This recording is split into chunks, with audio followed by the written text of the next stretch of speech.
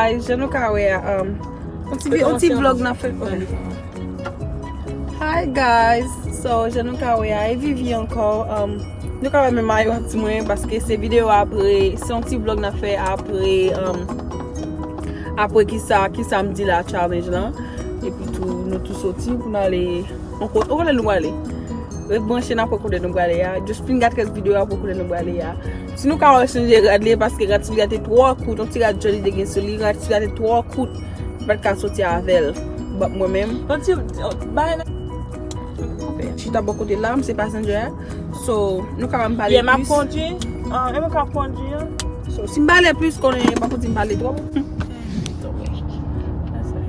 Just try.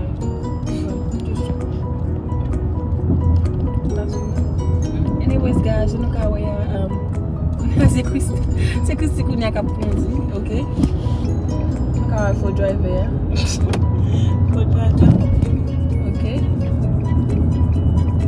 Yeah. Donc qui dit demander que nous vivons New York. Okay guys. So, yeah.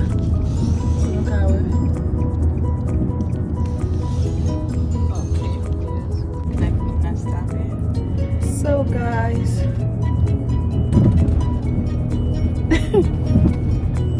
so yeah, Chrissy va pas trop parler que ça conduit. Il peut parler, but tu comprends. Il m'a conduit, mais parler. Yeah, de la conduit va me parler. So, c'est pas faute du beau job. So, attention, numéro à vous. So, mon show m'a regardé avec 8h. So, je suis dans 7h18. Je suis dans 4 tombe. Je vais tombe. And then, il va passer son côté tout pour la bagage. So, yeah, guys. Mais maman m'a appelé m'dale. Hello, yeah, mother.